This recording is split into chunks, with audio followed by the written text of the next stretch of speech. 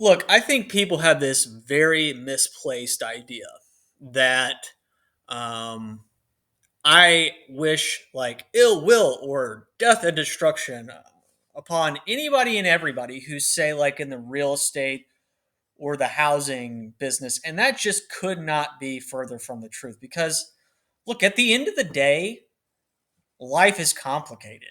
People need jobs. There are bad actors in every sort of crevice in society, and that is, of course, the case really in the housing business. And it's just the worst it's ever been, right? And that is because all of these failed policy choices that our government has made, which has essentially allowed these distortions to sort of accumulate along with that bad behavior and enabling it. And in fact, what's happened is people have been emboldened by these policy choices. That is what I take issue with. Nothing more. There are people in, say, the real estate or housing business, broadly speaking, that they're solid folks, right? They're not bad actors, and they're shedding light on these issues. The only thing I take issue with is the bad behavior. Okay. I mean, you know who I'm talking about. It's like the Dave Ramseys of the world who just recently, I saw this guy was doing an interview and he was saying God and talking about God and wholesaling real estate in the same fucking sentence. And that guy projects himself like this God fearing man.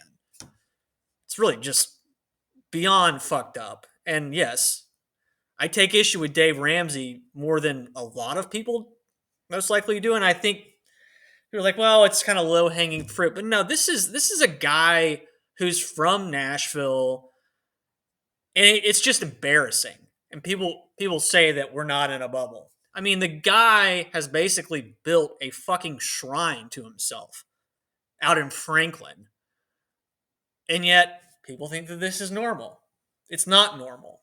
That's what I take issue with. I take issue with people like that are convincing you to make an incredibly irresponsible financial decision because there's a quote housing shortage that fucking guy can't even define. He can't. I've shown the math for it.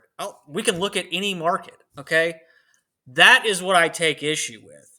Nothing more. And if you think that I am like pandering to my own life circumstances or my cohort or whatever, you're going to be wrong because these are not my life circumstances. I thank God, right? And I'm not like some young guy that is like fresh out of college who's having to deal with all this bullshit shenanigans with rents being way too high. Thankfully, I'm not. I'm quite a bit older than a lot of folks realize. Uh, it's just sad, right? Because I'm looking at these numbers, I'm looking at all this supply and all these young kids, more often than not, just the middle class that are just getting absolutely bent over by all these just exceptionally irresponsible policy choices that our government has made. Because what are we doing? We are propping up the wealth effect at the expense of everything else, even if that means sacrificing true price discovery and rewarding speculation along the way. Because for a lot of households, what is their biggest asset? It is their home. Not all households, but for a lot of them. So people just need to quit being so naive and thinking that, hey, you know, you have it out for everybody, or that this is a black and white issue. I mean, look, people need jobs. I don't want people to lose their jobs. I have a problem with all of these people who are essentially ruining people's lives because they're just bidding shit up. I mean, that is what these policy choices have created, and it's sad that we have to sit here and tolerate it. And people get so bent out of shape when I just talk about the most obvious low hanging fruit stuff, like what I'm suggesting now. So, look, Everybody just needs to take a step back and quit being so presumptuous. I don't want people to lose their jobs. I'm not a vindictive person. What I take issue with, nothing more, is all of the bad behavior that has accompanied this.